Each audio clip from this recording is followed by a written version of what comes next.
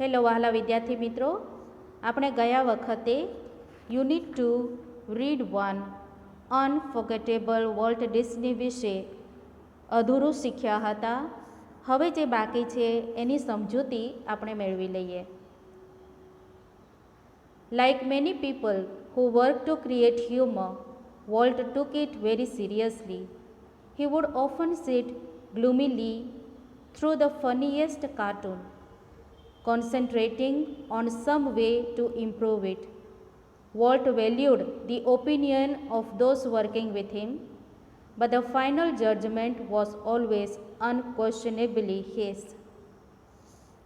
હવે અહીં કહેવામાં આવ્યું છે કે જે લોકો વિનોદ સર્જવાનું કાર્ય કરે છે, એટલે કે હાસ્ય સર્જવાનું કાર્ય કરે છે, તેવા ઘણા લોકોની જેમ વોલ્ટે પણ આ દિશામાં ગંભીરતાથી કામ કર્યું.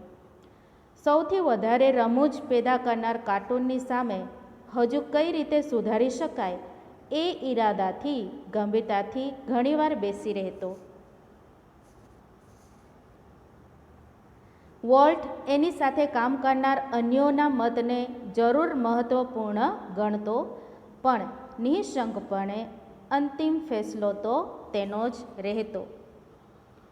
એટલે કે વોલ્ટ ડિસ્ની સાથે ચર્ચા વિચારણા કરવા માટે અન્યોની મદદ તો લેતા હતા, પણ અંતે જે કાંઈ નિર્ણય કરે એ તો વોલ્ટ ડિસ્નીનો જ નિર્ણય હોય.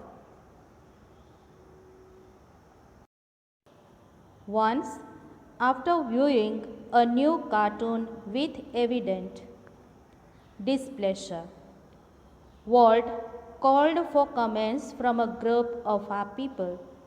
One after another, they spoke up, all echoing Walt's criticism.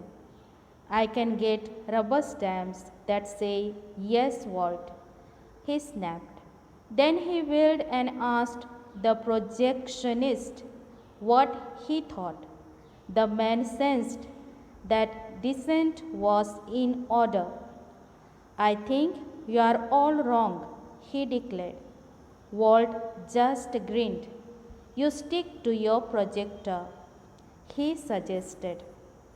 હવે અહીં કહેવામાં આવ્યું છે કે એકવાર દેખીતી ના ખુશીથી એક નવા કાર્ટૂનને નિહાળ્યા બાદ, એટલે એમણે એક કાર્ટૂનને જે તૈયાર કર્યો હતો એમને નિહાળ્યો. વોલ્ટે લોકોના એક જૂથનો અભિપ્રાય માંગ્યો. આ નિહાળ્યા બાદ વોલ્ટે અભિપ્રાય માંગ્યો જૂથ પાસેથી. એક પછી એક તેઓ વોલ્ટની ખામીઓ શોધવા લાગ્યા. તેણે સડાક દઈને ચોપડાવી દીધું. "ઠીક છે વોલ્ટ, કહેતા રબર સ્ટેમ્પ હું લાવી શકું છું." ત્યારબાદ ચકરડું ફેરવ્યું અને જે વિચાર્યું હતું એ પ્રોજેક્ટર ચલાવનારને કહ્યું. પેલા માણસને ખ્યાલ આવી ગયો કે મતભેદ ઠીક છે. તેણે કહી દીધું, "મને લાગે છે કે તમે બધા ખોટા છો." વોલ્ટે માત્ર મુખર સ્મિત કર્યું.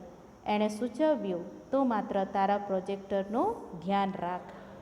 એટલે કે ભલે એ જૂથને બોલાવીને પછી એમનો અભિપ્રાય માંગે, પરંતુ અંતે જે નિર્ણય લેવાનો હોય એ વોલ્ટનો જ સાચો નિર્ણય હોય એમ કહેવામાં આવ્યું છે. Walt involved himself in everything. During one story conference on the Mickey Mouse Club TV show, the story man, pointer in hand, was outlining a sequence called "How to Ride a Bicycle." "Now, when you get on your bicycle," he began. Walt stopped him. "Change your bicycle to a bicycle," he said. "Remember, every kid isn't fortunate enough to have a bicycle of his own." અહીં કહેવામાં આવ્યું છે કે volt બધી જ બાબતોમાં પોતાની જાતને સાંકળતો. ઇન્વોલ્વ કરવું એટલે સાંકળવું. મિકી માઉસ ક્લબ ટીવી શોની એક વાર્તા સભા દરમિયાન વાર્તા કહેનાર હાથમાં નકશો કે ચિત્ર દર્શાવવાની લાકડી લઈને સાયકલ સવારી કેવી રીતે કરવી નામની એક શ્રેણીનું સંક્ષેપમાં વર્ણન કરી રહ્યો હતો, એટલે ટૂંકમાં વર્ણન કરી રહ્યો હતો. એણે શરૂ કર્યું, હવે જ્યારે તમે તમારી સાયકલ પર સવાર થાઓ છો, એમણે ઉમેર્યું કે તમારી યોર સાયકલ, તમારી સાયકલ પર સવાર થાઓ છો. વોલ્ટે તેને અટકાવ્યો અને ત્યાં વોલ્ટ એને અટકાવી દે છે. તેણે કહ્યું, તમારી સાયકલને બદલે માત્ર કોઈક સાયકલ એમ કહો, કે તમારી બદલે તમે એમ કહો કે કોઈક સાયકલ. યાદ રહે કે દરેક બાળક એટલું નસીબદાર નથી હોતું કે જેને પોતાની સાયકલ હોય. જો એમનો સરસ એવો વિચાર અહીં રજૂ કરવામાં આવ્યું છે.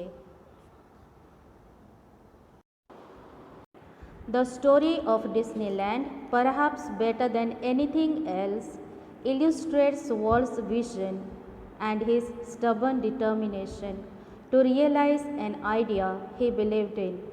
For years, Walt had quietly nursed the dream of a new kind of amusement park. It would be a potpourri of all the ideas conjured up by his fertile imagination. But the idea of sinking millions of dollars into an amusement park, even Walt's kind of amusement park, seemed so preposterous that he wouldn't mention it to anyone. He just quietly began planning. હવે અહીં કહેવામાં આવ્યું છે કે કદાચ બીજા બધા કરતાં ચડિયાતી ડિસ્નીલેન્ડની વાત વોલ્ટ જે પણ બાબતમાં માનતો હતો તેને સાકાર કરવાની તેની દ્રષ્ટિ એક દ્રઢ નિર્ણયને પ્રતિષ્ઠિત કરે છે.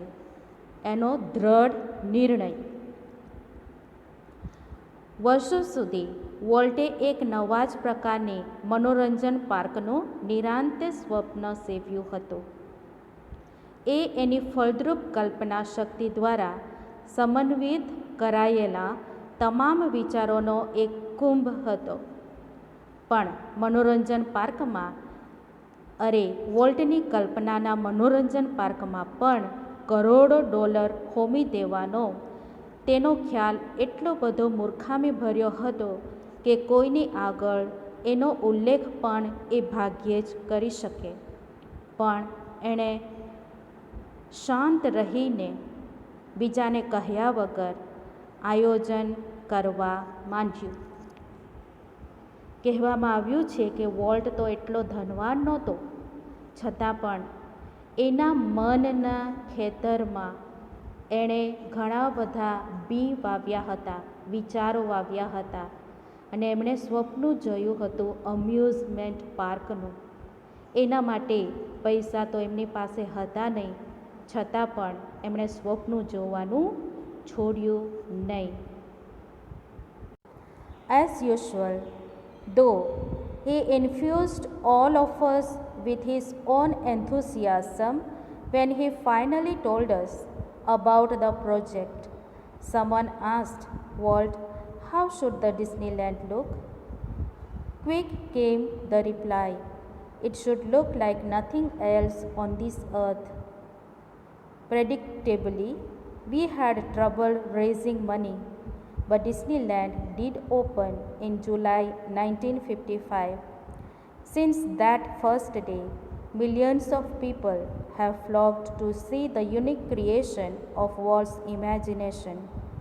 Like a kid with a new toy, the biggest, shiniest toy in the world, Walt used to wander through the park, staring as happily as any tourist. કદાચ બીજા બધા કરતાં આ ચડિયાતી સ્ટોરી કેમ કહેવામાં આવ્યું છે?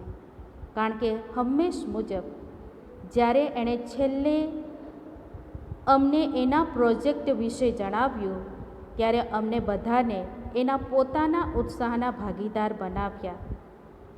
કોઈકે પૂછ્યું, વોલ્ટ, ડિસ્નીલેન્ડ કેવું દેખાવું જોઈએ? એણે તરત જ જવાબ આપ્યો, આ સમગ્ર પૃથ્વી પર અન્ય કશુંય ચડિયાતું ન હોય એવું દેખાવું જોઈએ. પૂર્વધારણા કરતાં અમને પૈસા ઊભા કરતાં ખૂબ જ મુશ્કેલ પડી, પણ જુલાઈ 1955માં ડિસ્નીલેન્ડ શરૂ થઈ તે દિવસથી લઈને આજ સુધી વોલ્ટની કલ્પનાના આ અનુપમ સર્જનને જોવા લાખો લોકો આવ્યા છે. નાના બાળકને નવું રમકડું આપી દીધું હોય તેમ સમગ્ર દુનિયામાંનું સૌથી મોટું, સૌથી શાનદાર રમકડું તે લઈને વોલ્ટ કોઈ પ્રવાસીની જેમ ખુશીથી છલકાતો આખાએ પાર્કમાં ભટકતો. વિદ્યાર્થી મિત્રો, આજે એટલું મોકલું છું હું તમને.